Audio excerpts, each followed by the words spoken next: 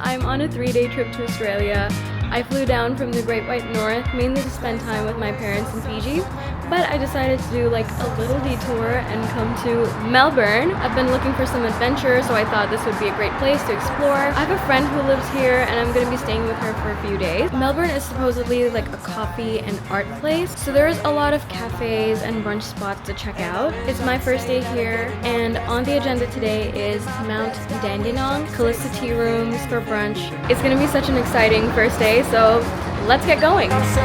We're going out. This is my friend. Hello. She is like graciously let me into her home, and now we're going to Mount Dandenong. Yeah, we're gonna go to a little tea room. Lips don't shut, my troubles come 10 at a time. So, Mount Dandenong is one of Melbourne's popular escape to nature spots. It's known for its storybook forest vibes where you can do walks and hikes. There's also some cute and cozy cafes here. One of the things I really wanted to do here is the Puffing Billy Railway, where you can sort of dangle your legs off a scenic train ride. Unfortunately, it was sold out, so we couldn't do that one, but we still came here for its tea rooms. I really liked Kallista tea rooms. It had such a cozy, foresty vibe, so it was such a serene and refreshing start to our day. We ordered some hotcakes and corn fritters, a skinny cap, and hot chocolate. Food was genuinely so good, I couldn't stop eating the corn fritters, and the pancakes were massive. I'm not much of a coffee drinker myself, but I'm pretty happy with the hot chocolate I got, so I can see why this is a popular spot, and I definitely want to come back here another time.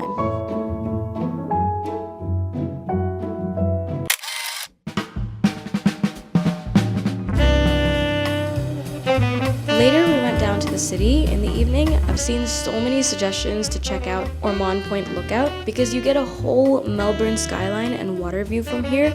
I was really hoping to catch a nice sunset here, but the weather forecast just hadn't been my friend throughout this trip. The entire reason I escaped the Canadian winter was to get some Pacific sun, but of course, the weather likes to play some games with me.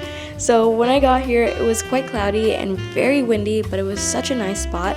I'm sure it would look so stunning on a sunny day. We then took the subway to Melbourne CBD, which essentially means the Central Business District. That's essentially the downtown core of the city where you have all the office towers, restaurants, bars, cafes, and shopping streets. When we got off the station, I kept seeing traces of other places in the world that I've been to. I'm getting like some Toronto vibes, but I see like little bits of Europe. Why does this place low-key remind me of Milan? Like the train station?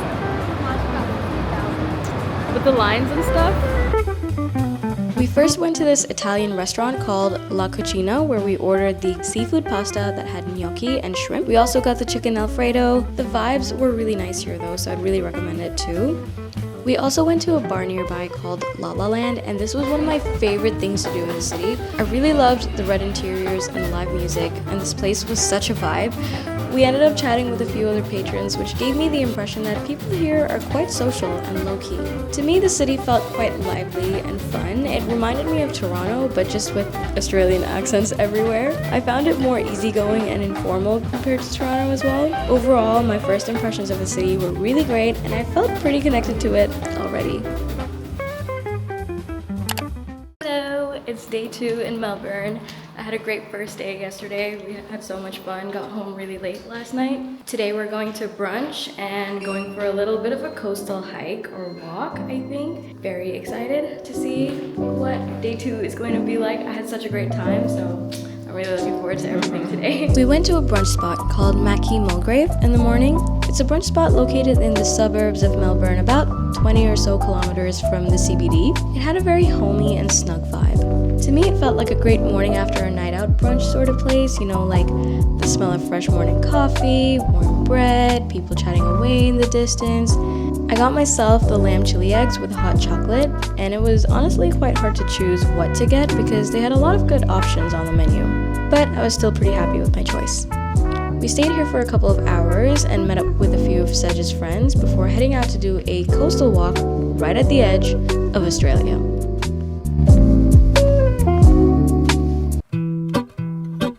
During my trip, I wanted to do some sort of nature or a landscape exploring in Australia. So I was recommended to check out the Mornington Peninsula. Cape Schanck sits within a national park and it's at the southernmost tip of the region. In my research, I found that this place has a cool lighthouse that was built in the 1850s. There's some boardwalks, tall cliffs, and lookout points, so I thought this would be a great way to explore Australian nature and scenery. I've also heard to be on the lookout for some wildlife, and I was manifesting and praying that I'd see a kangaroo on my trip, and guess what? Oh my god, oh my god, oh my god, oh my god, oh my god, oh my god. Kangaroo! Kangaroo! Kangaroo! Oh my god, this was such a genuinely cool moment. Oh my kangaroo! Oh my gosh, I think I got it. Did you get it asleep?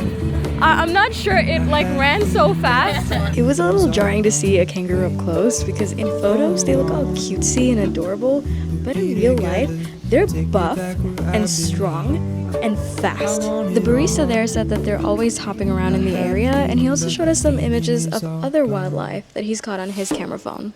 Echidna. What is it called? Echidna. Echidna. Yeah, which is like our version of it. It's so cute. Anyway, I'm so glad that happened, and it put me in such a good mood for the hike that we were about to do. So during our hike, there was some overcast and it was pretty cold and windy as well, but the views here were so scenic and calming.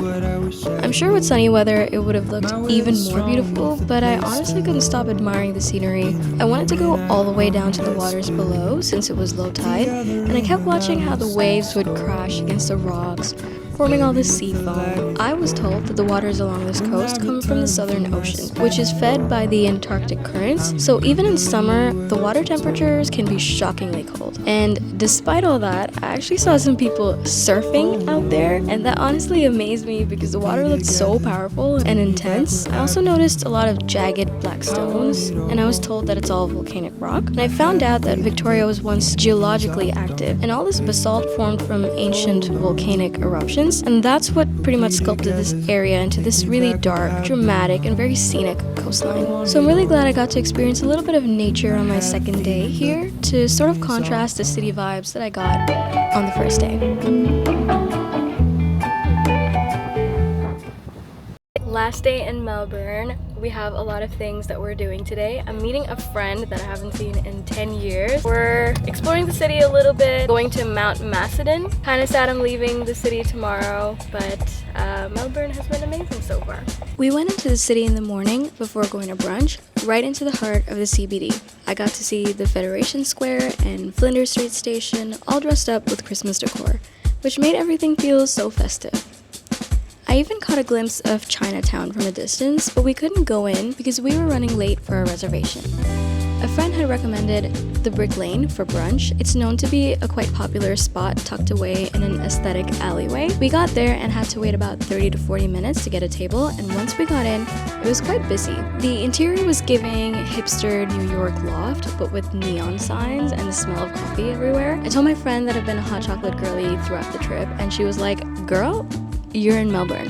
Why are you getting a hot chocolate?" So I finally gave in and ordered a decaf latte, which turned out to be so creamy and silky. I instantly understood why coffee is such a big deal here. I ordered the avocado toast too, and it was good, I think, but my expectations were slightly higher. But honestly, the ambiance and coffee alone made it quite worth it. So I'd still really recommend the Brick Lane for brunch. After eating, we wandered around the area a little bit more and found ourselves talking about Melbourne Coffee and what really sets it apart from other cities. What makes it special, it turns out, is the incredible level of skill and consistency you get across the city.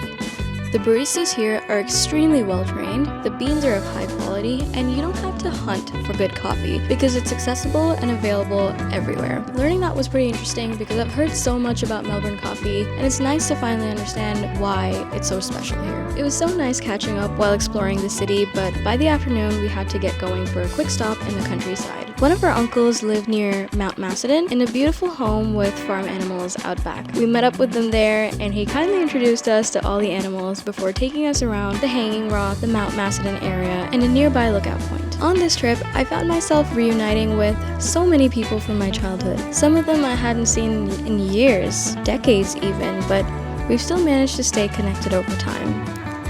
As the trip came to an end, I began to reflect on how life keeps moving forward, but some things always remain the same. And that's a wonderful feeling that you can always come back to. So the trip ended up being really special to me. I didn't just fall in love with a new city, I reconnected with familiar faces, deepening existing bonds, and also met new people who now represent new beginnings and hopeful futures. From the lively energy of the city, to the drama of the coast, to the quiet beauty of the countryside. I witnessed so many pockets of beauty, and I think because of that, Melbourne will always be one for the books. Okay, I'm at the gate for my flight back to Fiji. This was such a great trip. I had such a good time. Melbourne is such a great city. It's got so much character, it's so vibrant, with so many lively people, so social. So I really like this city and I really like this country as well. So I had such a great time here. I can't wait to come back with Faisal and also maybe my parents someday. So Australia and the people here, thanks for such a great time.